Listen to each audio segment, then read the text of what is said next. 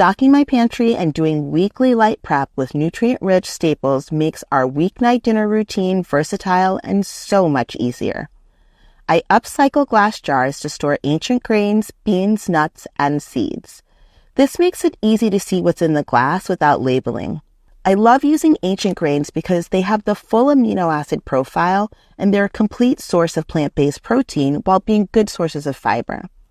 I also have grains like oats and sprouted brown rice at the ready. I prefer to have dried beans. They're shelf-stable and I can prepare them on my stovetop or in my Instant Pot.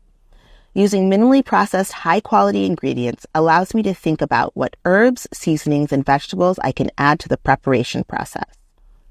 We always have an assortment of nuts and seeds. They add wonderful flavor to meals, as well as being a fantastic source of plant-based protein and heart-healthy fats. Sometimes I roast and season nuts myself with liquid aminos or low-sodium tamari, turmeric, chili pepper, black pepper, and more. Cooking oils are a staple, and I love having the variety on hand to add unique flavor to various dishes.